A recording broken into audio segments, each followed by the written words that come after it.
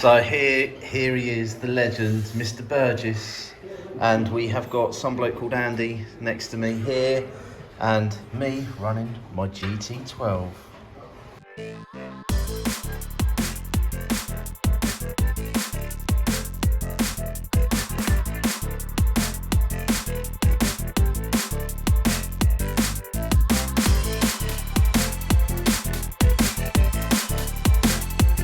Adam Burgess, M Chassis Driving. So what have we got here?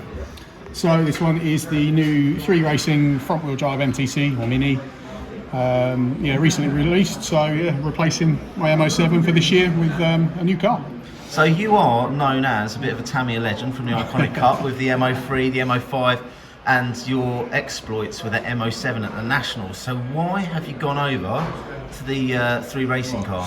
Kind of just reached the limit of what I can do with the MO7 really for the Nationals, with the national rules being a 21.5 brushless motor. It makes it a bit difficult to make the MO7 competitive with the gearing restrictions. So we're trying something else, see if we can get this one as competitive as the MO7. So this was looking good on the track.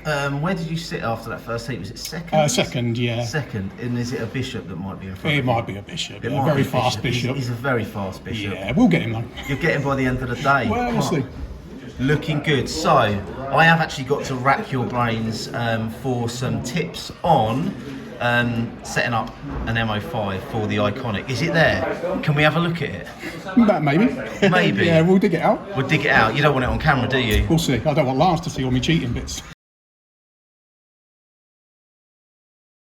So you just make sure you don't lose the shims. They can sort of stay in place, whatever droop you're running. I use 1 when I want the car to be really aggressive, and 2 maximum, these black shims when you want to restrict the droop. So just clean everything up where the hubs can slide. And then what we do is we squirt the oil into here, and we're going to squirt it in until it comes out of each of the holes, like that.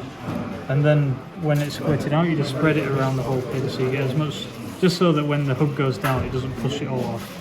You put it in the sort of places you want it. But because we're putting it into the hole, it's like a container for the oil. It's going to over time keep coming out to make the damping last longer. So then what we do, we just slide and carry it onto it to there and kind of like see if it goes down of its own accord. Only really usually does that with like 10k. But with 15, if you just like let it go down slowly enough, then it's in theory it's done. But if you don't touch it now, you've kind of got too much oil in. So I just do that to make sure I've got enough oil in there. At least then it's consistent every time you do it. But if you now run the car, you'll end up with oil squirted out during the race. So then what I do is just drop this into here, 1.5 driver, to basically remove anything. I've not actually got that much extra, but sometimes you get loads squirting out the top depending how you do it. And then just clean away that, and then that's the kind of, so if you feel it touching down at the bottom, and that's the correct amount of oil. And then you can even check it and it feels more nice. So I'll just do the other side quick the same.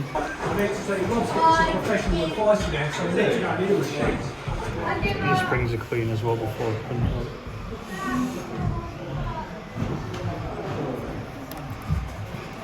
Some people put the droop shims at the top. If you do that, it does exactly the same. It controls the droop the same. However, it also raises the ride height, putting it above the hub carrier, above the spring. If you put it below, it just does droop. If you put it here above against this, then it also increases your ride height, which is sometimes good if you're in really tiny tyres. You need to gain a bit of ride height. Okay. However, when you do that, when you screw this screw onto here, it's possible for it to not be seated around the diameter of the pin properly. So I get my nail and pull the spacer and the spring down while I tighten the screw to make sure it's not trapped on the lip at the top. Okay.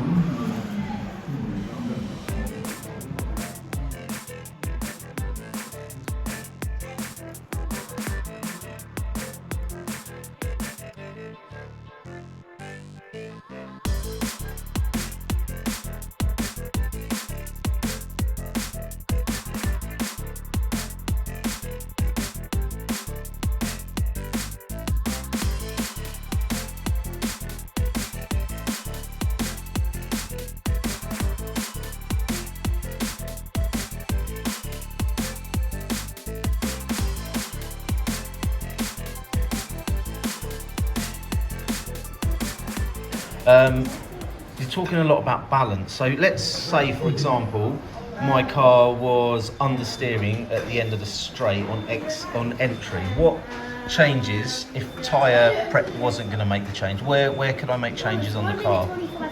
I would always do tyre prep first, so I want to cover that. That's usually where the issue is with the GT12, because you can pretty much run the box setup and tune it only with tyres. But if, let's say, your question is not, so if it's understeering on corner entry at the end of a straight, we're assuming if it was this track and it's a slower speed corner, then it would be something different. Like you could increase the droop in the rear, which is this screw through the chassis here on the Atom 3, or you could soften the spring, which gets the car to like apply more of its weight to the front end initially. It gets you into a corner. It can sometimes, in that case on the braking from a high speed, make the car snap and be over rotating. But yeah, if it was only entry steering for that example, then you could soften that spring and it would help that. So basically we're just going, actually if you're anywhere above 3.5 ride height, which I'm running about less than 3.5, it takes away a bit of grip, so that might be our next change for you to get a bit more drivability, because you're actually at kind of like 5 mil, 5.1. Right. So what I'm doing here is I'm just measuring, because you've got a fan just so I can see the chassis, I'm just going in sideways a little bit. And then I'm just lifting the car up until that little button head screw in this piece touches the chassis, which is the droop screw. You can see it when the chassis stops going up. That's when the button head screw that's in this touches the chassis. And then when it's fully touching at the top, I then measure the ride height of the car in that position while I'm holding it up. And it's at 6.1. So you've got 5.1, 6.1, so you've got 1 millimetre of droop. That's all I was checking there. Okay. And what about on exit? So if you're understeering on exit, so when you're getting on the throttle, where is the issue where would you be looking first of all? Well, the first thing I would do is go from a gear diff or a ball diff to a spool for that, because that creates the sensation that the more throttle you apply, the car rotates, it gives you more steering. Whereas if you put more throttle on with a diff, then you could get more understeer. So that's the first thing I would do for that. Okie doke. And then again, another thing that people might find when they switch from a gear diff to a spool is torque steer. How do you manage torque steer then when you're really getting on the throttle with that? Or is it literally just about learning the feel of the car and making adjustments as you go? Well, that's a good question, because in these conditions it's exactly what I just struggle with, so I'll have to do something now to basically, so the traction, a solid axle or a spool is great when there's enough grip and you can pin the throttle, almost make the one of the wheels go light, so you're only really riding on one tyre. You get more traction, you get more on power steering, like I said, but then if there's not enough grip, it's not really torque steer, but it's well, there's two things. It's kind of the way that the diff sits in the car, or the spool, the gear sits in the car. You're going to always get more drive to one side, which is the sensation normally is to pull to the left in those conditions, because this wheel's limited by resistance here and the bearings and the way that the sort of 12 scale pod works. But that's not really a solution. The solution is to have enough grip so that you can accelerate with confidence. Either you drive around it, which then I couldn't because there was not enough grip, and basically you just have to be really careful to even get around the track, and it compromises a lot of times. But really what you have to do is either do what you can first to get more rear grip, so you can have longer tyre additive times, or bigger tyres, or a bigger wing, for example. I've got like a wing cut down on mine, which is going to hurt my rear traction, or a body shell that makes it understeer a little bit more, or softer side springs, for example, give more rear grip. So they're the things that you'd sort of look at first to get more grip in the rear. And in doing that, then you can accelerate harder without it torque steering, but not really just like sliding because there's not enough grip for it.